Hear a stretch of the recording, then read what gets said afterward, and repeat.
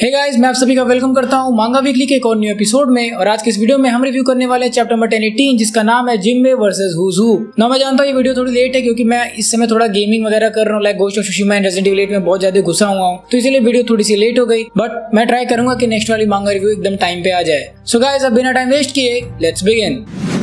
सबसे पहले हम देख लेते हैं इस बार के कवर पेज को। तो दिस इज पेज 1 जो कि एक पिक्चर बुक पढ़ रहा है और उसके पीछे उल्टी उसको हक करके बैठी हुई है। ना अगर आप थोड़ा ध्यान से देखोगे तो पीछे आपको दिखेगा कि काइडो के जितने भी क्रू मेंबर्स हैं उन सभी का एक एक टॉय भी देखने को मिलता है। लाइक अगर आप थोड़ा सा जूम इन करो तो आपको ऊपर दिखेगा एक ड्रैगन, एंड फिर नीचे आपको हुजू का टाइगर फॉर्म दिखेगा, एंड राइट में आपको जैक का मैमथ फॉर्म भी दिखेगा, एंड उसके नीचे ससाकी का भी ट्राइसेराटॉप्स, एंड ऊपर आपको किंग का भी डायनासोर फॉर्म देखने को मिलेगा। सो काफी डिटेल में इस वाले कवर पेज को बनाया गया है and I actually like this cover page. So back to manga chapter number 1018 and इसका नाम है जिम्बे वर्सेस हुजू। नाम से आपको पता चल गया कि इस चैप्टर में क्या होने वाला है। सो इस चैप्टर के सेकंड हाफ में मोस्ट ऑफ द जो सीन्स हैं वो जिम्बे और हुजू फाइट के ऊपर है, एंड ट्रस्ट में ये फाइट देखने में सच में बहुत अच्छी लग रही है। So I am waiting for its animated version. और जिस तरह से इन दोनों ने फाइट की, like the moves they were using, वो काफी यूनिक लगा बिकॉज इस टाइप के मूव्स हमने मोस्टली स्वॉर्ड्समैन को यूज करते हुए देखे, but this is the first time मैंने किसी ज़ोआन यूजर को ऐसे मूव्स परफॉर्म करते हुए देखा है। बट जिस तरह से जिम्बे उनको डॉज कर रहा था and the way he was returning attacks, वो काफी ऑसम लगा। एंड उसके अलावा जिन चीजों के बारे में इन दोनों ने बात की ड्यूरिंग देयर फाइटिंग, वो काफी इंटरेस्टिंग था क्योंकि इसी के साथ एक और मिस्ट्री जुड़ चुकी है वन पीस के जर्नी में। नाउ ऑलरेडी इतनी सारी मिस्ट्रीज थी, अब एक और आ चुकी है, and the mystery I am talking about is the sun god Nika. Now अगर आपने ये मांगा पढ़ा है, अगर आप वन पीस के कम्युनिटी में एक्टिव है तो आपको पता होगा कि ये समय काफी हॉट टॉपिक है कि आखिर नीका नाम का एक और कैरेक्टर कौन सा आ गया। सो इससे रिलेटेड मेरे पास कुछ अच्छी खासी फैन थ्योरीज हैं जो कि आपको सेटिस्फाई कर देंगी, एंड इसके बारे में हम भी थोड़ी देर में बात करेंगे। ना इन सब केस के बीच में एक चीज और जो मैंने काफी ज्यादा एंजॉय की इस मांगा में, वो था CP0 की रियलिटी। ना मुझे क्या लग रहा था कि CP0 यहाँ पर वानो में ओरोची से डील करने के लिए हैं, या फिर अभी जो करंटली चल रहा है उसमें वो लोग काइडो या लूफी को हारते हुए देखना चाहते हैं, बट ऐसा कुछ भी नहीं था। जो मेन रीजन वो इस समय वानो में है वो है हुज हू।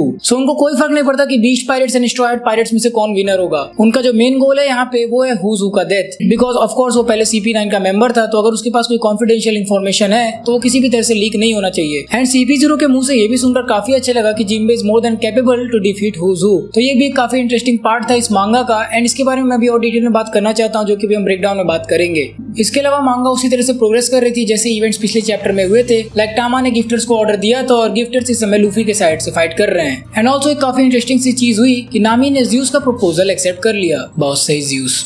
सो गाइस, अब एक ब्रीफ ओवरव्यू के बाद हम ब्रेकडाउन करते हैं मांगा को सीन बाय सीन में। तो अगर आपने अभी तक ये मांगा नहीं पढ़ी है तो इसे जल्दी से पढ़ लें, या फिर मेरी तरह से फोन पर साइट पे खोल लें ताकि आपको ये वीडियो ठीक से समझ में आ जाए। So scene number 1, gifters. So इस समय हम कैसल के इंटीरियर फ्लोर पे हैं जहाँ पे टोटल 300 गिफ्टर्स ने अपनी साइड स्विच कर ली है। और बीस्ट पायरेट्स का कहना है कि एक छोटी सी लड़की ने स्टेज के ऊपर से ऑर्डर्स दिए और किसी वजह से वो सभी गिफ्टर्स उसकी बात मान रहे हैं, और ठीक इसी वजह से बाकी सारे बीस्ट पायरेट्स इस समय टामा के पीछे पड़े हुए हैं एंड नामी और उसोप उसे भगा कर ले जा रहे हैं। बट ये चीज इतनी भी इजी नहीं होगी क्योंकि टामा ने जितने भी गिफ्टर्स को ऑर्डर दिए हैं उसमें से कई सारे उसकी हेल्प करने के लिए भी आ रहे हैं। जैसे कि डाइफो को बीच में आ जाता है और वो बीस्ट पायरेट्स को नॉकआउट करके टामा को भागने में हेल्प करता है, और जस्ट उसी के बाद हॉर्सेला भी वहां पे आ जाती है जिसकी वजह से नामी, टामा और उसोप वहां से इजीली निकल जाते हैं। ना हॉर्सेला उन लोग को ये बताती है कि जब वो आ रही थी तो रास्ते में उसे टामा का कुत्ता दिखा था जो कि नॉकआउट था, लेकिन अब उसकी चिंता करने की कोई जरूरत नहीं क्योंकि उन लोगों ने उसका आराम से ख्याल रख लिया है। फिर नामी ये बोलती है कि टामा की एबिलिटी सच में बहुत अमेजिंग है क्योंकि जो लोग अभी कुछ टाइम पहले उसकी जान के पीछे पड़े थे इस समय वो उसके दोस्त हैं, एंड सीरियसली उसकी एबिलिटी सच में काफी इंटरेस्टिंग है। और ये चीज मैंने वानो के स्टार्ट में प्रेडिक्ट कर लिया था कि ऐसा ही कुछ होगा जब मेन फाइट होगी। तभी वहां पर तुरंत ज़्यूस भी पॉप अप हो जाता है और वो नामी से पूछता है कि क्या मैं तुम्हारा वापस से सर्वेंट बन सकता हूँ, जिस पे नामी बोलती है नहीं, बिल्कुल नहीं, पर उससे बेटर आइडिया होगा कि क्यों ना हम लोग साथ में पार्टनर्स बन जाएं।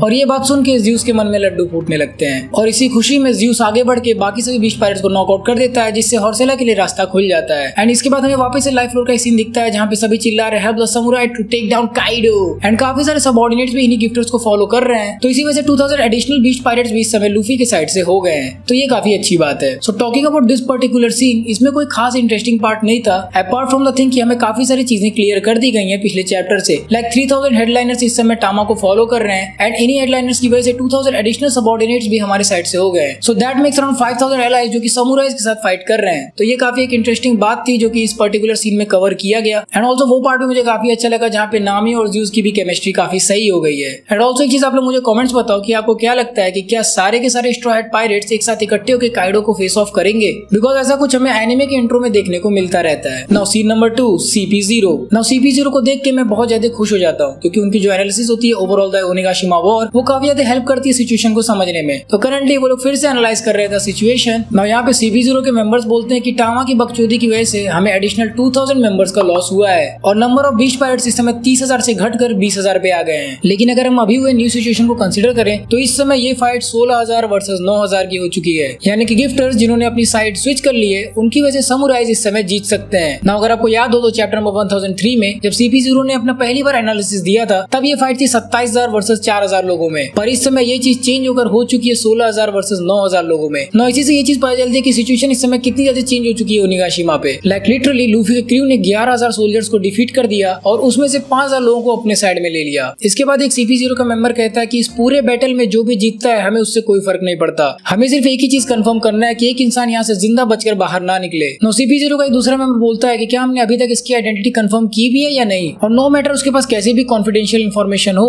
वो चीज इस समय काफी पुरानी हो गई होगी, तो उसका जिंदा बचना वर्ल्ड गवर्नमेंट के लिए प्रॉब्लम्स नहीं क्रिएट कर सकता। लेकिन फिर एक मेंबर उसको रिप्लाई करता है कि ऐसे जेल से भागे हुए क्रिमिनल को जिंदा छोड़ना हमारी इमेज को खराब कर देगा। लेकिन फिर CP0 का जो मेन मेंबर है वो बोलता है कि हम बस शांति से बैठकर देखेंगे, किसे पता वो कल सुबह जिंदा बचेगा भी कि नहीं, क्योंकि आफ्टर ऑल वो knight of the sea Jinbe से फाइट कर रहा है। ना ये चीज मुझे सुनकर काफी अच्छा लगा कि इवन CP0 भी जिम्बे पे काउंट कर रहे हैं, क्योंकि हम लोग को तो ऑलरेडी पता है कि जिम्बे एक वॉरलॉर्ड है, वो काफी स्ट्रॉन्ग है, पर मुझे ये नहीं पता कि वो इतना स्ट्रॉन्ग है कि इवन CP0 भी उसकी रिस्पेक्ट करते हैं। ना जैसा कि मैंने आपको ओवरव्यू में बताया था कि CP0 यहाँ पर काइडो या लूफी के लिए नहीं आए हुए हैं, उनका मेन मोटिव है कि हुजू यहाँ से जिंदा बचकर बाहर ना निकले, एंड शायद उसके पास कोई ऐसी इन्फॉर्मेशन है जिसकी वजह से वर्ल्ड गवर्नमेंट ने उन्हें ये टास्क दिया है। एंड आई थिंक ये वही इन्फॉर्मेशन है जो कि हमें नेक्स्ट सीन में पता चलेगा। So next scene 4th floor, यहाँ पे जिम्बे वर्सेस हुजू की फाइट चल रही है। ना हुजू यहाँ पर मून वॉक मूव का यूज करके हवा में जाकर जिम्बे के ऊपर फैंग पिस्टल्स फायर कर रहा है। ना ये फैंग पिस्टल वही मूव है जिसमें वो कंप्रेस्ड जॉस को फायर करता है। ना यहाँ पर जिम्बे उससे पूछता है क्या तुम लूफी के अगेंस्ट ग्रज होल्ड करते हो, जिसपे हुजू बोलता है कि मेरा असली मैटर उसके साथ है जिसने गमो गमो नो फ्रूट चुराया था, यानी कि रेड हेयर्ड शैंक्स। फिर इसके बाद हम नेक्स्ट पैनल में देखते हैं कि हुजू फिर से फैंग पिस्टल्स फायर करता है, लेकिन जिम्बे अपनी आर्मरमेंट हाकी से उसको डॉज कर लेता है। इसके बाद हुजू चिल्लाकर बोलता है कि लूफी वही सेम स्ट्रॉ हैट पहनता है जो कि शैंक्स पहनता था, और लूफी वो है जिसने गमो गमो नो फ्रूट खाया था। तो ये मेरे लिए नॉर्मल है कि मेरा दिमाग उसकी वजह से खराब होगा। Now just below the 3rd floor 4th floor पर हम देखते हैं कि हुजू के सारे फैंग अटैक्स बाकी सारे लोगों को डैमेज कर रहे हैं। ना उसके बाद हम वापस से 4th फ्लोर पर आ जाते हैं और हुजू जिम्बे से बोलता है कि डॉज करना एक बहुत ही सही आइडिया था,